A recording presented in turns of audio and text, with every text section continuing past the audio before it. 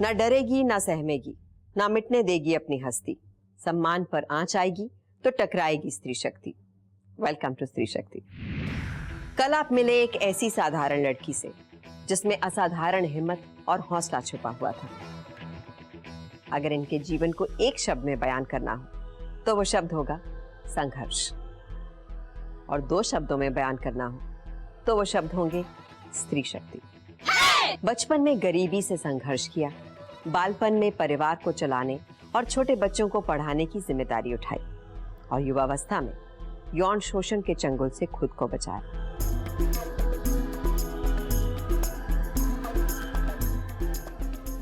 जीवन के हर पड़ाव में संघर्ष सामने आया, जिसका सामना इन्होंने स्त्री शक्ति से किया।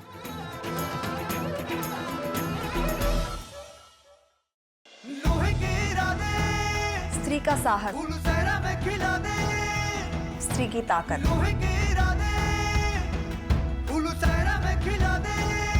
स्त्री का जज्बा,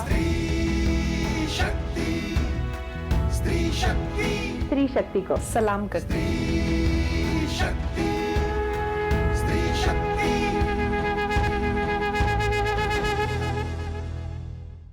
सुभाष चंद्र बोस ने आजाद हिंद फौज बनाई, वीर सावरकर ने फ्री इंडिया सोसाइटी बनाई, स्वाभिमान की कुछ वैसी ही तर्ज पर उषा ने रेड ब्रिगेड बनाई।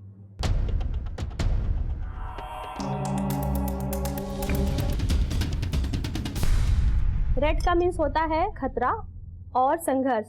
मीन्स संघर्ष तो हम कर ही रहे हैं, लेकिन वक्त पे हम खतरनाक भी हो सकते हैं जी। और ब्लैक मीन्स होता है विरोध, प्रोटेस्ट तो हम कर ही रहे हैं। तो ये हमारा, क्योंकि हम लोग नुक्कड़ नाटक भी करते हैं, तो ये हमारा नुक्कड़ नाटक, गीत और ये सारी चीजें हमारी पूरी ग्रुप करती है। तो हम लोग ने ये ड्रेस कोड बनाया। जब इसके बाद हम लोग ये पहन के निकलते थे, क्योंकि ये शुरुआत हो गई थी रेड ब्रिगेड की, लेकिन कोई नाम नहीं पड़ा था। जब ये पहन के निकलते, जैसे नुक्कड़ नाटक करने या फिर कोई प्रोटेस्ट करने जाना हुआ, तो उसमें भी कमेंट, ओफो रेड ब्रिगेड जा रही है, पावरफुल रेड ब्रिगेड। हम लोग को बड़ा अच्छा लगा, क्योंकि हमारा कोई नाम नहीं था। हमने कहा भैया यही आज से हमारा नाम रेड ब्रिगेड है, और ऐसे शुरुआत हुई रेड ब्रिगेड की। क्या बात है, रेड ब्रिगेड के लिए जोरदार तालियां। आइए मिलते हैं एक और साहसी महिला से जो कि रेड ब्रिगेड से जुड़ी हुई है। आज वो भी हमारे स्टूडियो में मौजूद हैं, तो जोरदार तालियों के साथ स्वागत करते हैं काजल का।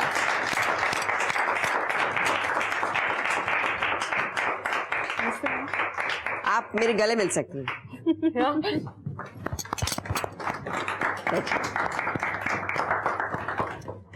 काजल, आप तो छोटी सी हैं, कितने साल की हैं? वैसे लड़कियों की उम्र नहीं पूछनी चाहिए। 16 स्वीट 16 की हैं आप। और आप रेड ब्रिगेड का हिस्सा हैं जी। कैसे मतलब शुरुआत हुई, कैसे ज्वाइन किया आपने इनको? पहले दीदी बाल मंच में पढ़ाती थी, तो हम लोग उसी में मतलब क्लासेस अटेंड करते थे, पढ़ते थे हम लोग। फिर दीदी मतलब लड़कियों के साथ छेड़छाड़ होने लगी, हम लोगों के ग्रुप में जो लड़कियां थी उनके साथ भी होने लगी। हम लोगों का जो दीदी पढ़ाती थी उसमें भी ग्रुप बना हुआ था। हम लोग मतलब जितनी बड़ी लड़कियां थी सब साथ में खेलते थे और बातें करते थे।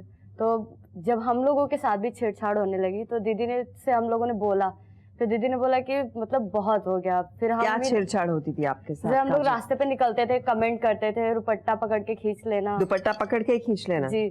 और अगर हम लोग घर पे बोलते थे तो मम्मी डांटती थी, पापा भी डांटते थे। क्या किस बारे में डांटते थे? पापा मम्मी इसलिए डांटते थे कि अगर रास्ते पे किसी ने कमेंट कर दिया है और घर जाके हम लोग बोलते हैं, तो पापा बोलते थे कि इंसल्ट होती है, सब देखते हैं तो उनकी बेइज्जती होती है, तो उधर से जाना बंद कर दो या फिर जाओ ही नहीं। और अगर जा रही हो तो छोटा भाई है उसको साथ में लेके जाओ, या फिर जाने की जरूरत ही नहीं है, जो काम है हमको बताओ हम करेंगे। इस तरह पर लड़कों को कुछ नहीं कहेंगे? जी नहीं। क्यों ऐसा? वो बोलते थे कि ना तुम लड़की हो, और मेरे घर पे हम हंसते बहुत ज्यादा हैं, तो मतलब घर पे डांट पड़ती है कि कम बोला करो और हमेशा झुक के चला करो, बाहर मतलब ज्यादा ताक झाक मत किया करो, छत पे मत जाया करो। ये क्या सीख है कि झुक के चला करो? झुक के चलने से मतलब लड़कियां शर्माए, झुक के चले मतलब पहले ही बता दें कि हम आपकी नजर से नजर मिलाकर नहीं चल सकते। नहीं। अगर पापा से बराबर बात भी कर लो तो तुरंत डांट पड़ती है कि जबान लड़ाती हो, तो इस तरह डांट पड़ती थी। तो फिर आपने हम लोग फिर दीदी जहाँ हम लोग पढ़ते थे जी, हम लोग सिर्फ ग्रुप में ही मतलब खुल के बात करते थे। तो दीदी के साथ में दीदी बैठती थी, हम लोगों से फ्रेंडली पूछती थी कि मतलब क्या हो रहा है। तो हम लोगों ने हम लोग जब बताते थे तो एक बार दीदी ने बोला कि ठीक है हम लोग बहुत सह चुके हैं। अब ग्रुप बनाते हैं, कोई मतलब ऐसा काम करते हैं जिससे हम लोग तो अपना करें ही, साथ में दूसरों के भी हेल्प हो। तो हम लोगों ने रेड ब्रिगेड ग्रुप बनाया। तो उसमें आपके माँ बाप ने कुछ नहीं कहा? किसी के भी माँ बाप ने कि ये क्यों रेड ब्रिगेड खड़ी कर रहे हैं? बहुत डांट पड़ी थी, घर से बाहर निकलने नहीं दिया जाता था कि क्या लड़कों से लड़ाई करना ही तुम्हारा काम है, जब देखो तब चल देती हैं। और मेन बात ये थी कि मतलब पैसा नहीं आता है। मेरे मम्मी पापा, हम 13 साल के थे तब से बोलते हैं दीदी के साथ जाने लगे, तुम्हें क्या करने जाती हो, कुछ मिलता तो है नहीं, पैसा तो आता। अच्छा, पैसा मिलता तो जा सकती हो, और अगर नहीं मिलता तो क्या जरूरत है जाने की। जी। लेकिन कुछ आपको ये भी शायद फेस करना पड़ा हो कि बहुत सारे लड़कियों के पेरेंट्स ने मना कर दिया हो कि हम अपनी बच्चियां नहीं भेजते। जी, जब हम लोग ने ग्रुप बनाई तो करीबन 15 लड़कियां थी, और मीन्स जो एक दो लड़कियां बहुत जो एक्टिव थी। मीन्स यहाँ पे दो प्रकार की प्रॉब्लम आती है। एक तो लड़की होने का कि वो इस तरह का काम नहीं कर सकती है, और दूसरा जो जातिवाद है, जैसे अगर ब्राह्मण है तो वो नहीं निकल सकती हैं, मुस्लिम लड़कियां हैं तो वो नहीं निकल सकती हैं। तो फिर निकल कौन सकता है वो पता नहीं। तो जो लड़कियां थी वो ब्राह्मण जाति की थी, और फिर उनके पेरेंट्स ने बोला कि नहीं, जो है हमारे वहाँ हमारे खानदान में इस तरह के काम नहीं होते हैं।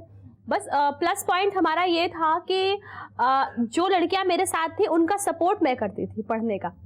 अच्छा, तो ये इनका भी सपोर्ट हाँ, आप करती थी? तो इनके अंदर ये ताकत होती थी कि कम से कम आप मेरा सपोर्ट नहीं कर रहे तो आपको मुझे रोकने का भी अधिकार नहीं है। मैं पढ़ने के बहाने ही जा रही हूँ। हाँ, ओके। तो ये मेरे लिए बहुत बड़े प्लस पॉइंट की बात थी कि उन लड़कियों को, क्योंकि सबसे पहला जो अगर आप किसी भी सीढ़ी को चढ़ेंगे तो सबसे पहला जो स्टेप होता है, और मेरी पहले स्टेप थी एजुकेशन। एजुकेशन के द्वारा ही हम इन लड़कियों को बाहर निकाल पाए हैं। नहीं तो कोई मिलता नहीं रास्ता आपको कि आप बाहर क्यों आ रही हैं और किस लिए जा रही हैं? जितनी भी मीटिंग्स होती है, जितने भी काम होते हैं, ज्यादातर एजुकेशन के नाम पे ही होते हैं। तो अब आप कितनी हैं रेड ब्रिगेड में लड़की? अभी तो हम 26 हो गए हैं। 26? स्पेशल 26। स्पेशल, अच्छा। अब मैं अपना डायलॉग मारूं? असली काम तो आप लोग कर रहे हैं, हम लोग तो बस अपनी हैं। नहीं, लास्ट वाला असली काम तो हम लोग कर रहे हैं। चलिए, मैं भी रेड ब्रिगेड ज्वाइन कर लेती हूँ। बिल्कुल। क्या आपका यूनिफॉर्म क्या है? जो पहन के बैठे, जो पहन के, मैंने तो पीला पहना हुआ है अभी। नहीं, तो हमारा जो वॉलंटियर का जो हम लोग टी शर्ट छपवाए हैं जी, तो वो उसका लोगो है, उससे ही एक शक्ति मिलती है। बिल्कुल जी। वो जो एक साथ एकजुट होकर एक साथ एक आप चिन्ह बनाते हैं और कहते हैं कि ये हमारा एक रिप्रेजेंटेशन है, ये हमारा सिंबॉलिक महत्व रखती है ये चीज, तो ये तो बहुत बहुत अच्छी बात है। तो 16 साल में आपको लगता है कि आप एक ब्रिगेड का हिस्सा हैं? क्या ताकत महसूस होती है? बहुत ताकत महसूस होती है। और अब पहले ये था कि अगर किसी ने कमेंट कर दिया तो सिर झुका के चले जाना। और अभी हम लोग जाते हैं कॉलेज के सामने, हम लोग गर्ल्स कॉलेज है, तो बाहर लड़कों की भीड़ लगी रहती है छेड़ने के लिए। हाँ। मगर अब ये है कि 1-2 बार लड़कों की पिटाई हो गई है कॉलेज के बाहर। आप भी उनमें से थी जिन्होंने उठा के किसी को पानी में फेंक दिया था?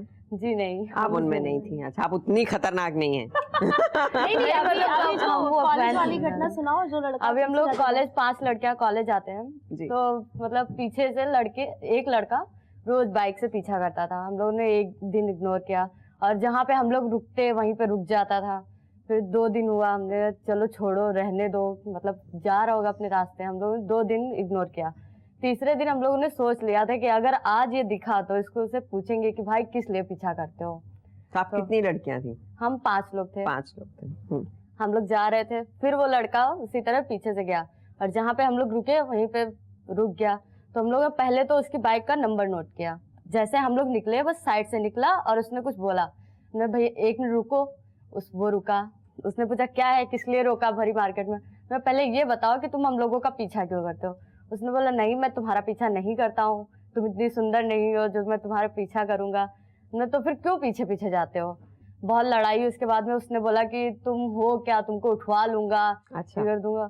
नहीं, तुम जानते क्या हो हम लोगों के बारे में, ऐसे ही उठवा लोगे? मतलब हम लोगों के इलाके का वो गुंडा टाइप में है। उसके बाद में वो जाके पापा से मेरी शिकायत बोला। पापा आए, और उस दिन मेरी तबीयत खराब हो गई थी, तो मैंने घर पे भी कुछ बताया नहीं। पापा ने ही हमको डांटा कि मतलब किस लिए बोली थी, क्यों नहीं गई, रास्ता क्यों नहीं बदला? ठीक है। उसके बाद में फिर दूसरे दिन बोला, हमने कहा तुम्हारे इतनी हिम्मत नहीं है, ये बोलते हो कि उठवा लेंगे, और जाके पेरेंट्स से शिकायत करते हो। लड़ना है तो हम लोगों से लड़ो, पेरेंट्स के पास क्या जाते हो? आपको लगता है कि सामने आमने आकर अगर किसी को आप कन्फ्रंट कर रहे हैं और उनकी हिम्मत को आप जरा वो करें तो कम पड़ जाते हैं लोग, इनकी ताकत, इनका जो एक मर्दानापन और ईगो है? उसमें ये भी बोला था उसने कि इसके पिता से कि अंकल आपकी बेटी थी इसलिए छोड़ दिया। ओहो। और नहीं तो फिर अच्छा नहीं होता। स्पेशल 26 की जो ये एक पूरा गुट है आपका, ये कहाँ पर काम करता है? वहीं पर है सीमित के नहीं, आप हर जगह? मीन्स कुछ जो हमारे एरिया में है लड़कियां और कुछ मीन्स मेन सिटी में है और कुछ थोड़ा सा हटके हैं। मीन्स ये पूरे लखनऊ में है। तो पूरी कहीं से भी शिकायत आती है तो आप 26 की 26 पहुंच जाती हैं? हाँ, मीन्स उस समय जितनी भी लड़कियां इकट्ठा हो सकते हैं हम लोग। हाँ, मतलब जितनी जरूरत हो उनमें से। वैसे तो कोशिश जरूरत नहीं पड़ती है अब ज्यादा लड़कियों के, पहले जरूरत पड़ती तो वही करती है, अब तो एक दो ही निपट लेती हैं कि पहले जाके समझाएंगे। हाँ, पहले फिर माँ बाप के पास जाएंगे, फिर पुलिस के पास जाएंगे, चौथा तो है तो फिर अल्लाह मालिक। इसमें दो केस होते हैं, जैसे कि बहुत से केस होते हैं कि वो बस तुरंत का तुरंत जवाब देना। हाँ। जैसे आप किसी ने मेरी पट्टी खींच ली तो ऐसा भी होता है? हाँ, मेरी एक बच्ची के साथ हुआ और वो जस्ट मेरे घर के सामने की बात है। मार्केट में वो जा रही थी कुछ सामान लेने, लड़के मैच खेल रहे थे और वो जा रहे थे, उसकी समीज की पट्टी दिख रही थी और एक लड़का आया और कट देनी खींच कर तोड़ दिया। और ये मार्केट में था? हाँ, ये बिल्कुल मैदान में था। उसमें करीबन 15-20 लड़के थे और लोग थे आसपास? हाँ, किसी ने कुछ नहीं बोला और किसी ने कुछ नहीं बोला और वो फिर घूमी।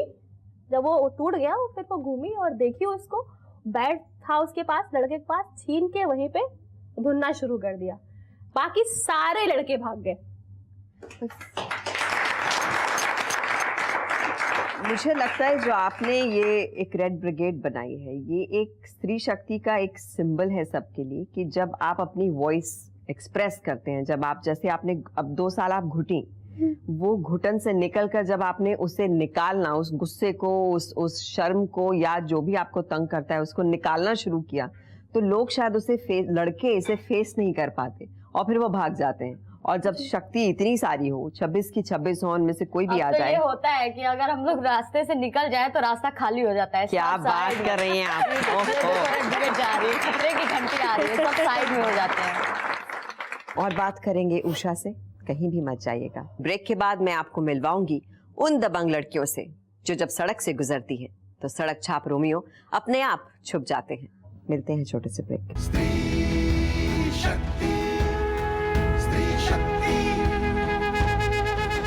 आप सबका स्त्री शक्ति में एक बार फिर स्वागत है। इसके पहले कि हम उषा और काजल से कुछ और सवाल पूछें, आइए देखते हैं उनकी रेड ब्रिगेड को।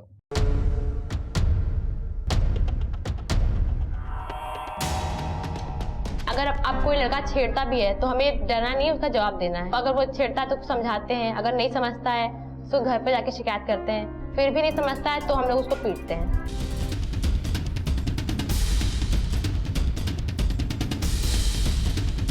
हम लोग कई काम करते हैं, वायलेंस पे काम करते हैं, गुड टच बैड टच पे काम करते हैं, सेक्सुअल वायलेंस पे काम करते हैं। कई मुद्दे हैं हम लोग की। इसमें बहुत सारे काम होते हैं, नाटक, नुक्कड़ नाटक, गाने उन्हें गाते हैं ताकि लोगों को हम लोग सिखा सके, उन्हें सुधारने के लिए। देखो बहने आती है, दीवार बना है घूंघट, घूंघट अंदर है घुटन।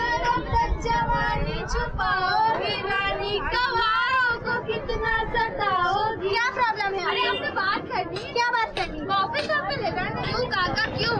कब तक हम लड़कियां इन लड़कों के डर से अपना रास्ता बदलती रहेंगी? ये छेड़छाड़ क्यों? ये अत्याचार क्यों? ये इंतजार क्यों? ये छेड़छाड़ क्यों?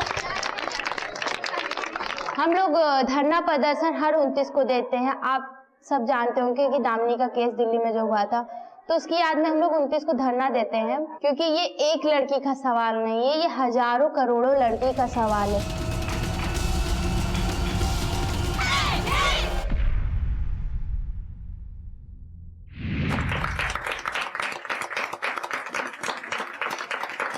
मुझे अपनी एक घटना याद आ गई। जब मैं इंटर में थी तो मेरे जस्ट घर के सामने 2 लड़कियां रहती थी, तो वो भी मेरे ही कॉलेज में पढ़ती थी और मैं वहाँ पे शिफ्ट नहीं हुई थी, तो मैं साइकिल से जाती थी। उस समय भी मेरी रेड टोपी थी। अच्छा, और लाल चिन्ह तो आपका हाँ, शुरू से ही था वो। और जब मैं उस दिन स्कूल गई तो कुछ लड़के रास्ते में खड़े हो गए और वो चल नहीं रहे थे, तो हमने कहा भैया जरा किनारे हट जाइए, हमारे वहाँ की भाषा यही है। तो एक लड़का खड़ा हुआ और बीच रोड पे ऐसे करके बोला क्या करे आंखें नहीं है ना। तो हमने कहा ये क्या है, तो मेरी फ्रेंड बोली यहाँ पे हम लोग 2 सालों से फेस कर रहे हैं, यहाँ पे तुमको पैदल ही चलना पड़ेगा, साइकिल से उतर जाओ। हमने कहा अच्छा मैं तो नहीं करूंगी। तो बोले मतलब आपको चलने नहीं देंगे? हाँ, वो साइकिल से नहीं जाने देंगे आपको। हमने कहा ठीक है। फिर सेकंड डे यही हुआ, तो बोले कि हम लोग पंगा इसलिए नहीं लेते हैं क्योंकि ये एरिया भी अच्छी नहीं है। तो हमने कहा ठीक है। सेकंड डे फिर हम लोग कॉलेज गए और कॉलेज से आ रहे थे और फिर 5-6 लड़के खड़े हो गए रास्ते में और मैंने चढ़ा दी साइकिल, एक को क्रॉस करके निकल गए पेट पर। और फिर वो उठा, ए अंधी हो, दिखाई नहीं देता, तुम्हारी आंखें फूट गई हैं। और मैंने साइकिल खड़ी की और मैं उसी स्टाइल में खड़ी हुई, मैंने बस टोपी लगाई, मैंने क्या करे आंखें नहीं है ना। क्या बात।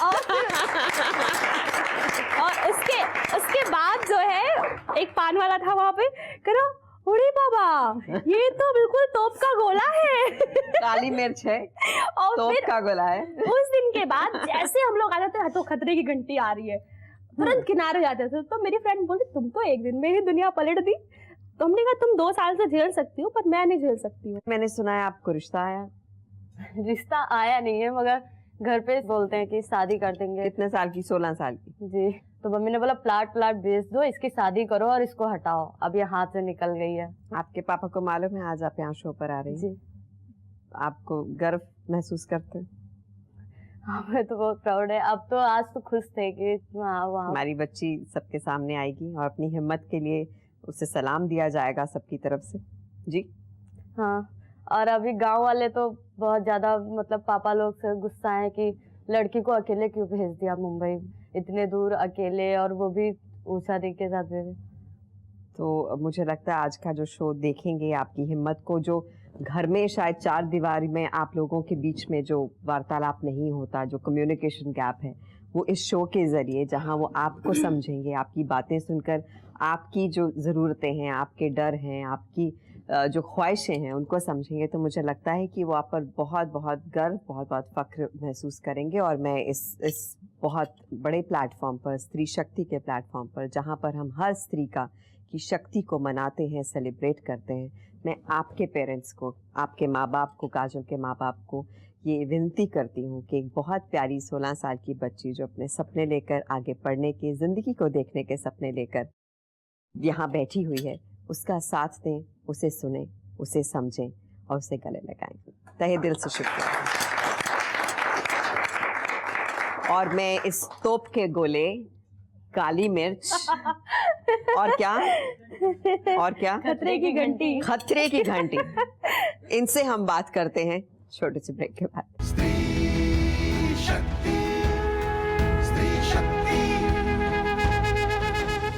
स्त्री शक्ति में आप सबका एक बार फिर से स्वागत है।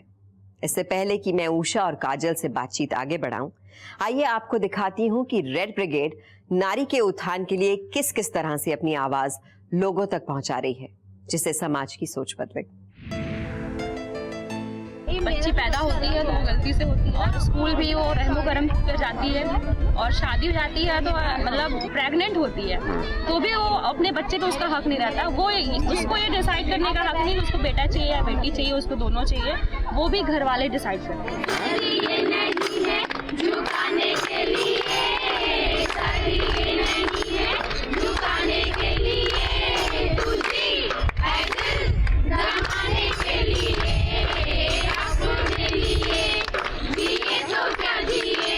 हम लोग इसलिए करते हैं नुक्कड़ नाटक ताकि हम लोग उन लोगों से जुड़ सकें, उन लोगों के बराबर को, उनको कोई अगर दिक्कत है तो वो हम लोगों को आके बता सके। मैं एक डॉक्टर होते हुए जब एक बच्चे की जान न बचा सके तो मुझे डॉक्टर कहलाने का कोई हक नहीं है।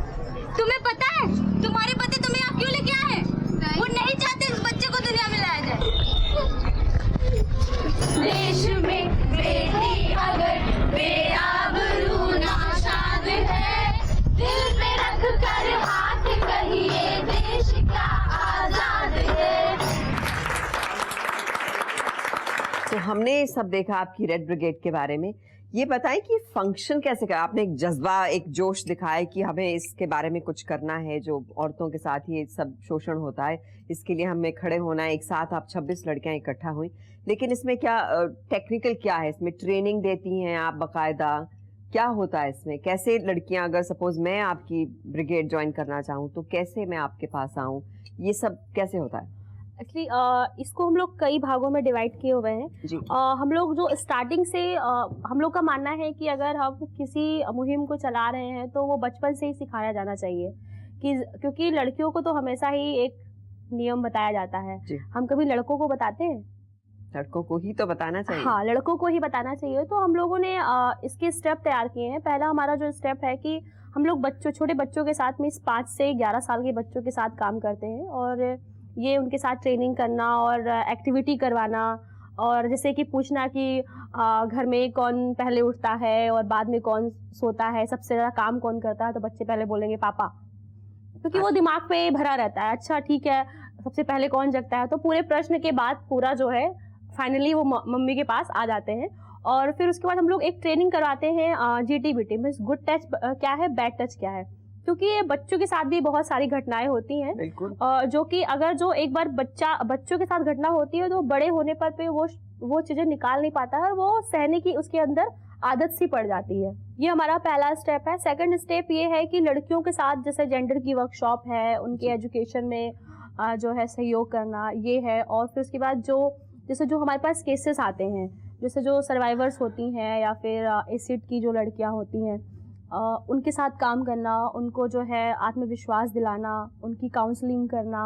काउंसलिंग में अगर मैं कहूँ तो मेरी ग्रुप और मैं शायद सबसे लकी लड़की हूँ कि अगर कोई भी कितना भी डिस्टर्ब बंदा आए उसको मतलब 4 से 5 दिनों में वो बिल्कुल नॉर्मल होकर के जाता है। आपकी हंसी की जो खिलखिलाहट है, मुझे लगता है वही सुनकर कहीं ना कहीं आदमी हाँ, क्योंकि जो हमारे ग्रुप में है ज़्यादातर लड़कियां सर्वाइवर हैं, तो उनके साथ आकर के हिल मिल करके बात करना और वो अपने दर्द को बताती हैं, वो सुनाती हैं, तो ये सारी चीज़ों को लेकर के वो लड़की भूल जाती है और फिर उसी तरह वो जो है जीवन जीने लगती है। ये सारी चीज़ें हम लोग करते हैं। और हमारा थर्ड ये है कि हम जब क्योंकि उनको जो है आत्मविश्वास अगर आपका बढ़ाना है तो सेल्फ डिफेंस बहुत ज़रूरी है, क्योंकि अगर हम बात करें, मैं अपनी ही बात करती हूँ, जब मैं उस दौर में जाती हूँ अपनी पुरानी स्थिति में, तो आज भी मैं बिल्कुल कांप सी जाती हूँ, क्योंकि वो मेरे साथ घटना नहीं हुई थी और जिस लड़की के साथ घटना होती है वो कैसे झेलती है।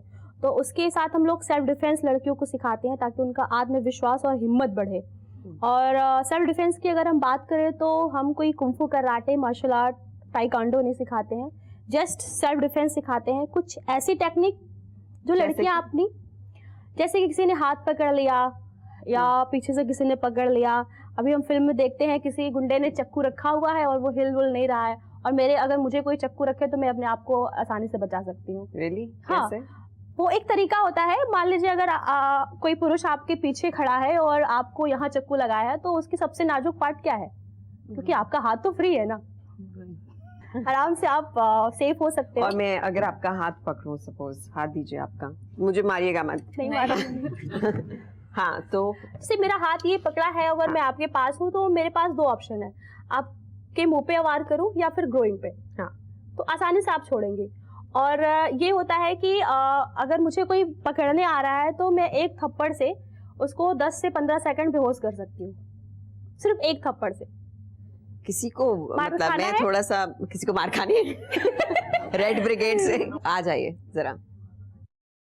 और शुक्रिया, आपने यहाँ एक डेमोन्स्ट्रेशन किया। उषा, मैं चाहूंगी कि जरा आप इन्हें भी बताएं और हमें भी बताएं कि किस तरह से सेल्फ डिफेंस किया जाता है। जी नहीं, मान लीजिए अगर जो हमें कोई परेशान करता है और मुझे पकड़ने के लिए बढ़ता है, ठीक है, तो हमारा पोजीशन हमेशा ये होना चाहिए और हमें हमेशा ये दिखना चाहिए कि मैं इनसे बहुत डर रही हूँ, प्लीज भैया, प्लीज प्लीज प्लीज। तो ये जो हमारा ये हाथ होता है, जैसे आप बॉल फेंकते हो, ये हमेशा ये हाथ यहाँ आना चाहिए, क्योंकि यहाँ पे एक नस होती है, दोनों तरफ होती है, जो कि जैसे हमारा ये हाथ पड़ता है वैसे ही वो ब्लॉक हो जाता है और 8-10 सेकंड के लिए वो व्यक्ति मूर्छित होकर के गिर जाता है यहाँ पर ऐसे मारने से। हाँ, और वो हाथ हमेशा जो है हमारा जो है ये पड़ना चाहिए। ये जब हम मारते हैं तो ये बिल्कुल ये हाथ ये होता है और बिल्कुल ये ढीला पड़ता है, और तो और जोर से पड़ता होगा। हाँ, वो जैसे कि आप कभी भी एक ढीला हाथ किसी का पड़ता है, बच्चा खिलाता है कोई, तो बच्चे को अगर आप गोद में लिए हो तो अचानक से वो करता है और बहुत जोर से, बहुत तेज से लगता है बच्चा छूट गया,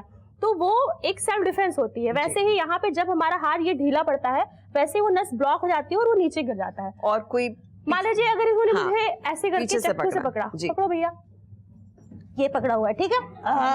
अब मैं सोचूंगी कि मैं क्या कर रही हूँ, ठीक है। अब इनको पता है कि ये हाथ पकड़ रहे हैं, तो मैं इधर से भी पकड़ सकती हूँ, इधर से भी पकड़ सकती हूँ, ठीक है। तो आराम से मैं बच सकती हूँ, ठीक है। अब मुझे अगर इन्होंने ऐसे पकड़ लिया, कैसे? अरे डरिए नहीं, डर नहीं रहा बच्चा। अगर मुझे आप ऐसे पकड़ना है, ऐसे, अरे पकड़ी है, मैंने कभी पकड़ा नहीं है। हटिए, लीजिए। जैसे आपने मुझे ऐसे पकड़ा है इन्होंने, तो ये होता है ना कि अब इन्होंने मुझे पकड़ लिया, मैं कैसे बचूंगी। मेरे पास बहुत आसान तरीका है, मैंने इनको ऐसे पकड़ा बाहों में और काटा, ठीक है, और यहाँ पे काटा, और वो जो काटने की आवाज होती है वो आप नहीं सुन पाओगे। जैसे कि इन्होंने मुझे ऐसे पकड़ा हुआ है और मैंने इनको पकड़ा और मैंने भी इनको पकड़ लिया, अभी भाग पाएंगे नहीं, अब इनको पता नहीं कि मैं क्या करने वाली हूँ। तो इससे होता है कि वो व्यक्ति पागल हो जाता है कि क्या हो गया। जैसे ही वो नीचे गिरता है वैसे ही हम अपना टेक्निक इस्तेमाल कर सकते हैं। और वो टेक्निक क्या है? वो फिर हम इनको मार सकते हैं और पंचेस कर सकते हैं, या फिर ग्रोइंग भी मार सकते हैं, मतलब छोड़ेंगे नहीं, छोड़ेंगे इस बात पे इस रेड ब्रिगेड के लिए जोरदार तालियां।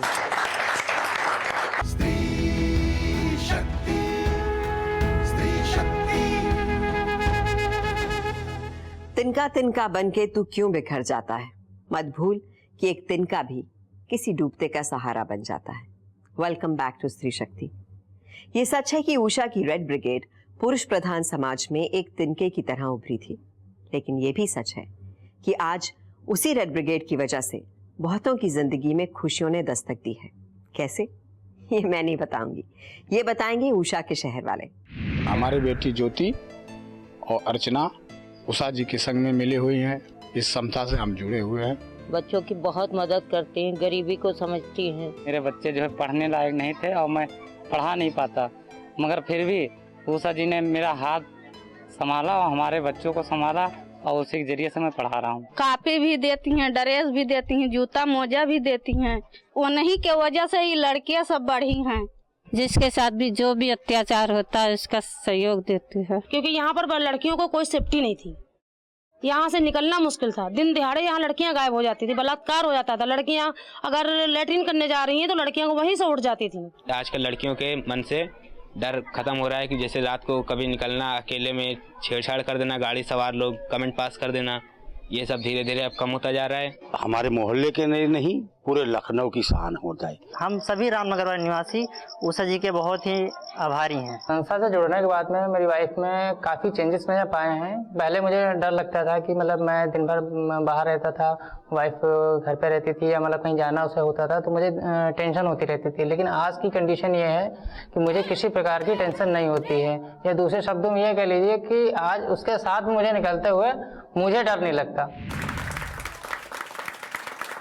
और ये जो फंडिंग होती है, जैसे आप मुझे बता रही थी अभी कि आप मेरे एक बहुत प्यारा सा एक आपका जो सिंबॉलिक टी शर्ट है लाई हैं, जी जी, जो ट्रेनिंग करवाती हैं, जो आप हर जगह जाती हैं अपना ब्रिगेड देकर, इसकी फंडिंग कौन करता है? बड़ी दुख की बात ये है, हमारा कोई फंड नहीं है और ये सारा जो हमारा कार्यक्रम चल रहा है सिर्फ चंदे से चल रहा है। आपने दे दिया 5 रुपए, किसी और ने दे दिया 100 रुपए, किसी ने 500 रुपए दे दिया, इस तरह ये चंदे से सारा कार्यक्रम चल रहा है। आते हैं आगे? हाँ बिल्कुल आते हैं, हमको जाना पड़ता है और लोग इसमें एंजॉय भी करते हैं कि हाँ अगर मैं, क्योंकि लोगों के पास समय नहीं है, वो कुछ करना चाहते हैं लेकिन हम उनके पास पहुंच नहीं पाते हैं जी।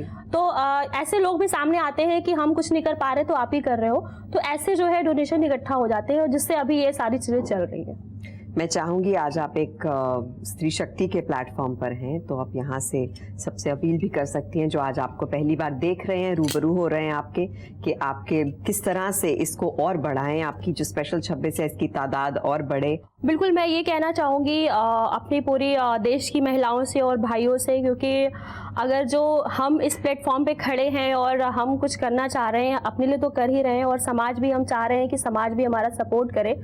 और क्योंकि हमारा जो गोल है, क्योंकि हमारे पास कोई अभी एकेडमी नहीं है और हमारा जो मिशन है, हम चाहते हैं कि एक रेड ब्रिगेड एकेडमी हो जहाँ पे लड़कियाँ अपने आप को सुरक्षित महसूस करें। वहाँ पे हम कम से कम लड़कियों को सेल्फ डिफेंस सिखा सके और जो सर्वाइवर्स आ रही हैं वो अपना जीवन यापन करना चाह रही हैं, वो कुछ सीखना चाह रही हैं, तो कम से कम वो सीख सके। और इसके लिए क्योंकि हमारा कोई फंड नहीं है, हम चाह रहे हैं, हमारे देश में करीबन 20 करोड़ महिलाएं हैं, अगर हर महिला 1 रुपया देगी तो शायद 20 एकेडमी तैयार हो सके।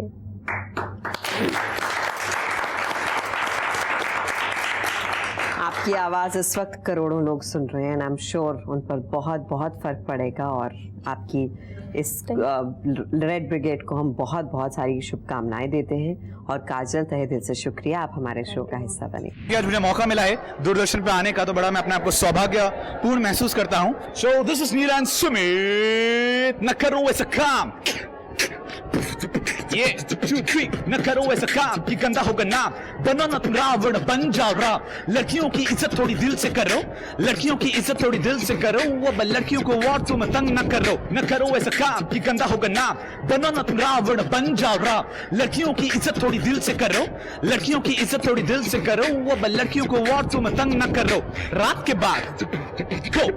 के बाद एक सुबह फिर होगी, लड़की किसी की भी बहू बेटी बहन होगी। तो वेल, जैसे मैंने लास्ट लाइन्स रैप में रखी कि लड़की किसी की भी बहू बेटी या बहन होगी, तो मेरा मानना यही है कि बीइंग एन इंडियन, क्योंकि हम इंडिया में हैं और भारत जाना जाता है कल्चर के लिए, संस्कार के लिए, तो मेरे ख्याल से ईव टीजिंग पे बैन होनी चाहिए, हम किसी को नहीं करनी चाहिए। और एक्चुअली अगर आप छेड़ रहे हो किसी को, सोचो उसी की जगह आपकी बहन हो तो आपको कितना बुरा लगेगा। और ये बात कूल नहीं है यार, एक यंगस्टर हो के मैं आपको एक बात बताऊं, ये बात कूल नहीं है। लड़कियों को आप चीप लगते हो, लिटरली चीप लगते हो जब आप बोलते हो ओए, ये बात नहीं है यार, वो भी इंसान है, उन्हें भी फील होती है यार। कम से कम अपने अंदर के थॉट्स देखो कि आप अगर उस लड़की की जगह हो तो आपको कैसा लगेगा। मुझे ऐसा लगता है कि अगर कुछ बदलना है तो सिर्फ हमारा नज़रिया बदलना है, हमारा माइंडसेट बदलना है। आज मैं जो कुछ भी हूँ, जितना कुछ भी सीखा है, जितना कुछ भी सही करता हूँ, वो सिर्फ इसलिए करता हूँ क्योंकि जो भी मैंने सीखा है अपनी माँ की वजह से, या मेरी 4 बड़ी बहनें हैं उनकी वजह से। तो ऐसा कुछ नहीं है कि हमें उनको कुछ सपोर्ट करना है या उनको कुछ बोलना है जिसकी वजह से वो और अच्छा कुछ करें। हमें सिर्फ अपना माइंडसेट चेंज करना है उनके बारे में, और उनको बस वो रूम देना है जिसकी वजह से वो कुछ कर सके जिनका वो सपना देखते हैं। मैं बस इतना बोलना चाहता हूँ कि जब हम पैदा उनकी वजह से होते हैं, so there is no reason that we can think कि हम लोग सुपीरियर हैं या हमें उनको अपने साथ लेके चलना है। वो लोग हमसे बहुत आगे हैं, हमें बस उनको वो रूम देना है जिसकी वजह से वो अपने आप को एक्सप्रेस कर सकें। This is what I feel. स्त्री शक्ति को सलाम। ये है असल मायने में स्त्री शक्ति, निडर और कभी ना हार मानने वाली। यहाँ लेंगे हम एक छोटा सा ब्रेक, और ब्रेक के बाद होंगे हमारे साथ हमारे सेलिब्रिटी गेस्ट।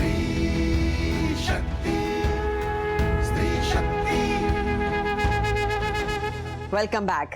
स्त्री शक्ति समय की धूल भरी गलियों में आत्मविश्वास के हीरे ढूंढ निकालने की पहल है। आज यही गलियां हमें जोड़ रही हैं इस मेहमान से, जिसकी कलम से तेरी गलियां जैसे गीत ने जन्म लिया। 2 दूनी 4, एक विलन, रंग रसिया और बेबी जैसी अनगिनत फिल्मों के गीतकार मनोज मुंतशिर। जोरदार तालियों के साथ स्वागत करते हैं मनोज मुंतशिर का।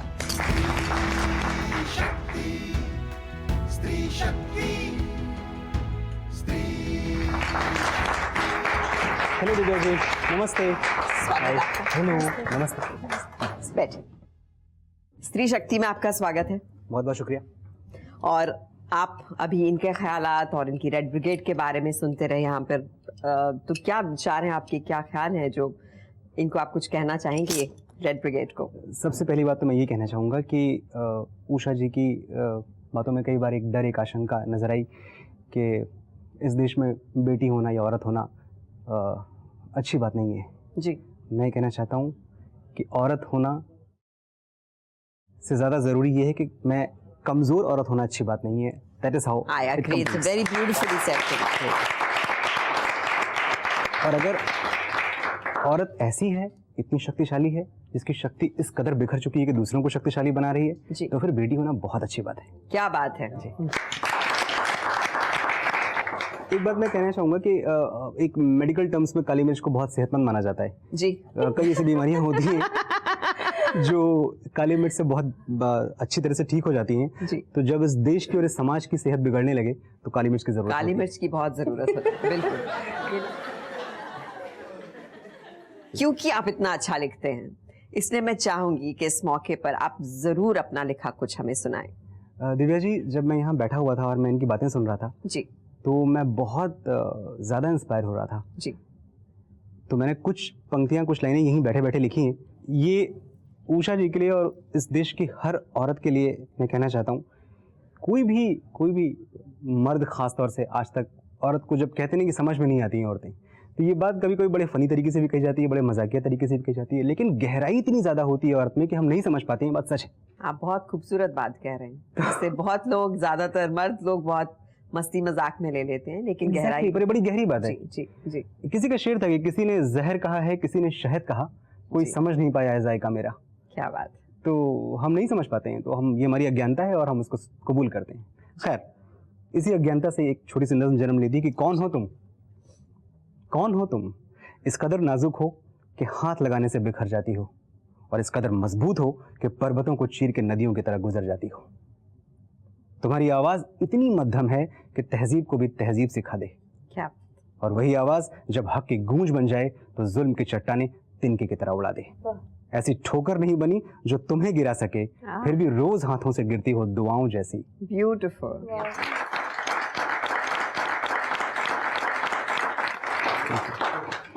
ऐसी ठोकर नहीं बनी जो तुम्हें गिरा सके, फिर भी रोज हाथों से गिरती हो दुआओं जैसी। धूप जैसे तपते हुए हौसले हैं तुम्हारे, और खुद नजर आती हो छाँव जैसी। क्या बात है। हैरान हूं मैं कैसे कुदरत ने तुम्हें इतने सारे जादू दे दिए, एक ही इंसान को मरियम का दिल और लक्ष्मीबाई के बाजू दे दिए। कौन है? मेरे पास शब्द नहीं है बयां करने के लिए कि कितना खूबसूरत आपने लिखा वो तो है, और यहाँ बैठे बैठे इनको सुनते सुनते लिखा वो और भी खूबसूरत बात। तहे दिल से हजारों लेटर्स और ईमेल्स के बीच इस हफ्ते हमें एक ऐसी सशक्त महिला ने संपर्क किया है जिनके बारे में मैं आपको जरूर बताना चाहूंगी। ये हैं राष्ट्रपति पुरस्कार से सम्मानित समाज सेविका श्रीमती जिंगू बाई बोलके। एक गरीब दलित परिवार में जन्मी इस महिला को जन्म से ही पोलियो था, लेकिन पोलियो भी इनको अपने पैरों पर खड़े होने के जज्बे से नहीं डिगा पाया। इन्होंने महिलाओं को सशक्त बनाया, विकलांगों के हक की लड़ाई लड़ी और बेटी पढ़ाओ आंदोलन का हिस्सा बनी। आज जिंगू भाई बोल के कई महिलाओं के लिए सहारा भी हैं और प्रेरणा भी। मैं सलाम करती हूँ इनकी स्त्री शक्ति को, और आप सभी महिलाओं से अपील करती हूँ कि अगर आप में भी समाज कल्याण में अपना योगदान दिया है तो हमें जरूर लिखिए। हम आपको अपने शो पर बुलाएंगे और आपकी बात रखने का मौका देंगे। और अब वक्त है हमारे आज के सवाल का, और हमारा आज का सवाल है, उषा विश्वकर्मा के संगठन का नाम क्या है? आप अपने जवाब स्त्रीशक्तिpost@gmail.com पर भेजें। हमारे पिछले हफ्ते पूछे गए सवाल का सही जवाब है मधु पिरमोले के संगठन का नाम कष्टकरी एकल महिला संगठन है, और हमारी विजेता हैं गिरजा देवी सुल्तानपुर उत्तर प्रदेश से। इनसे हम बात करते हैं छोटे से ब्रेक के बाद।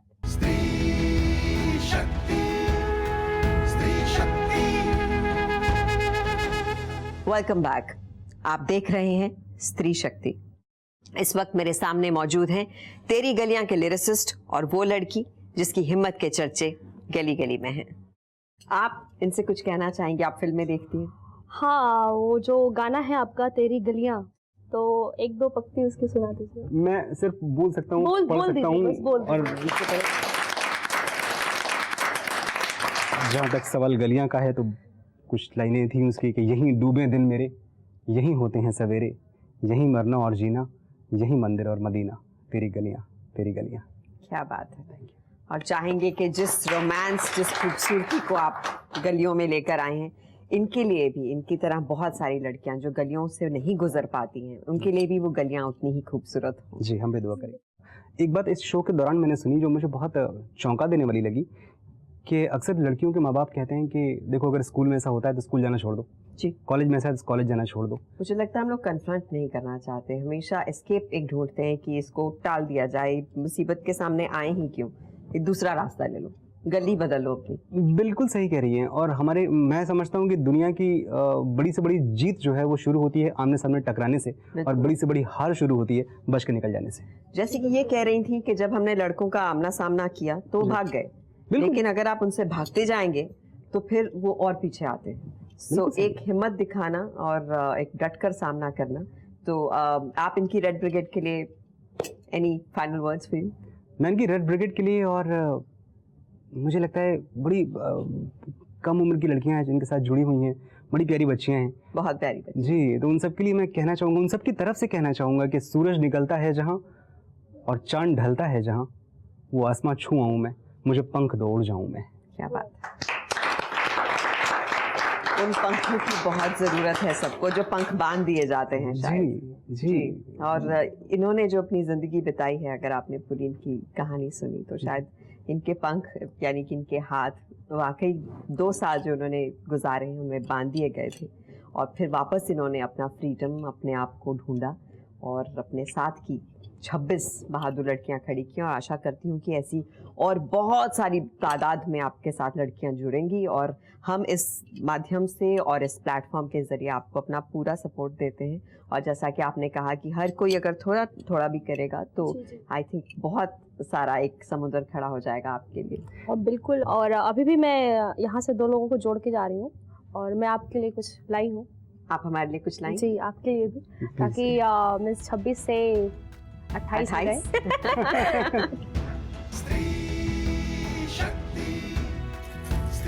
ये क्या है? सिखाते हैं। और ये आपके लिए। जी शुक्रिया। A voice against sexual violence. Seriously. आप लोग अगर हमारे इस संगठन से जुड़ रहे हैं तो वाकई ही अब बात बनेगी। जरूर बनेगी।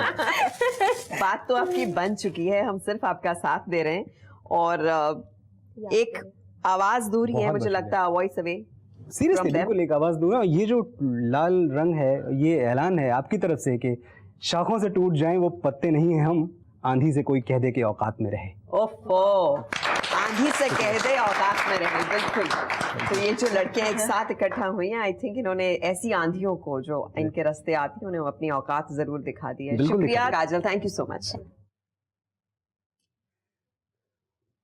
तो इसे तो आज बल्कि अभी थोड़ी देर में पहन लेना पहनेंगे, बिल्कुल पूरे शौक से पहनेंगे। और मुझे लगता है मैं तो इसे सोशल मीडिया पर पहनकर डाल भी दूंगी। Thank you ma'am. और ये जो वॉइस अगेंस्ट सेक्सुअल वायलेंस है, ये मुझे लगता है आपको अगर डायरेक्टली भी लोग ना ज्वाइन करें, अपने आप के लिए भी कहें कि ये आवाज मुझे उठानी है, तो वो खुद लड़कियों को या बच्चों को या जो भी आप कह रहे हैं कि विक्टिम्स हैं, उन्हें अपने आप में ही अवेयरनेस रखनी चाहिए कि कहीं भी कुछ गलत हो, मुझे आवाज उठानी है, दबानी नहीं है। बिल्कुल, हम ये बोलते भी हैं, और जब हम सेल्फ डिफेंस सिखाते हैं लड़की को और वो मुझसे बोलती है कि हम जुड़ना चाहते हैं कि हम क्या करें, तो हमारा बस ये कहना होता है कि अगर तुम्हारे साथ अगर कहीं हिंसा हो रही है, बस उस पर तुम आवाज़ उठा लो, सोचो कि तुम रेड ब्रिगेड का पार्ट हो गई। ज़रूरी नहीं है कि आप रेड कपड़े पहनो और ये जो हमारे साथ जुड़ो। जहाँ भी आप अपने अधिकारों के लिए फाइट कर रही हो, वो आप रेड ब्रिगेड का हिस्सा हो। अगर लोग ये बोलते हैं कि 7 बजे के बाद लड़की को बाहर नहीं निकलना चाहिए, कायदे में देखा जाए तो लड़की को खतरा लड़के से है, तो मेरा मानना है कि लड़के को 7 बजे के बाहर भेजना ही नहीं चाहिए। रास्ते पे लड़कियां चलती है तो लड़के छेड़ते हैं, तो एक लड़की को जितना एम्बैरेस्ड फील होता है उस चीज से, किसी दिन उन पर उल्टा होना चाहिए कि किसी दिन लड़का चल के जा रहा है, एक ग्रुप ऑफ लड़कियां उन्हें छेड़े, तो उन्हें पता चलेगा कि कैसे फील होता है किसी को। नारी को हमारे अंदर एक रखना चाहिए कि मैं नहीं सहूंगी। अगर नारी सहेगी तो उसके साथ अत्याचार बढ़ता ही जाएगा, कम नहीं होगा। लेकिन अगर एक बार उसने आवाज़ उठा दी तो लोगों की हिम्मत नहीं होगी उसके खिलाफ बोलने की। मेरा मैसेज पेरेंट्स के लिए है कि आप अपनी बेटियों को रोकते हैं कि मत जाओ या उनको जवाब ना दो, उससे बेटर आप अपने बेटों को सिखाएं कि अगर तुम ऐसा कुछ देख रहे हो तो उसको जवाब दो, उसको रोको और अपना एक रिस्पॉन्सिबिलिटी समझो और उसको रोको। नारी नहीं होती है बेचारी, नहीं होती वह भोली भाली। अगर पहचान ले वे अपनी शक्ति को तो बदल देगी वो दुनिया सारी। ऐसे समाज की कल्पना से भी डर लगता है जिसमें मेरी खुद की बेटी अपने आप को सुरक्षित महसूस नहीं करती। सहो मत कहो, आप लड़का हो चाहे लड़की, उसको एक समान देखिए। एक विद्यालय की शिक्षा से पहले घर पर शिक्षा शुरू होनी चाहिए। बेटे को समझाना चाहिए कि हर एक औरत को हमें सम्मान देना चाहिए, उनका निरादर नहीं करना चाहिए। आपके लिए मैं यही कह सकती हूँ कि आपका जो ये अपने एक मुहिम उठाई है बहुत मुश्किल है। कुछ लड़कियां आई हैं और बढ़ेंगी, लेकिन आपका जज्बा, आपका जोश जो है वो इसे और आगे तक लेकर जाएगा। आता है तूफान तो आने दे, कश्ती का खुदा खुद हाफिज है, मुमकिन है कि बहती लहरों में डूबा हुआ साहिल आ जाए। वाह, आपका वाह। साहिल डूबा हुआ नहीं है, आपके साथ बहुत सारे यहाँ पर लोग हैं, आपके साथ सपोर्ट है, और जो ये आपकी हंसी जो एक कमरे से दूसरे कमरे तक जाती है, आप यहाँ से प्रॉमिस करके जाएंगी ये हंसी, ये खिलखिलाहट फैलाती रहेंगी। बिल्कुल। मनोज, तहे दिल से शुक्रिया हमारे शो का हिस्सा बनने के लिए, हौसला अफजाई के लिए और इतने खूबसूरत शब्दों के लिए। बहुत बहुत शुक्रिया। Thank you very much. Thank you. आप यहाँ आई, हमारी काली मिर्च और हमारी खतरे की घंटी, ये खतरे की घंटी आप बजाते रहे ताकि लोग सावधान रहें आपसे। जी बिल्कुल, शुक्रिया। अब वक्त आ गया है आपसे विदा लेने का। स्त्री शक्ति के अगले एपिसोड में आपको मिलवाएंगे साहस और संघर्ष की एक और मिसाल से। तब तक आपका और अपनों का ख्याल रखिए। शबा खैर।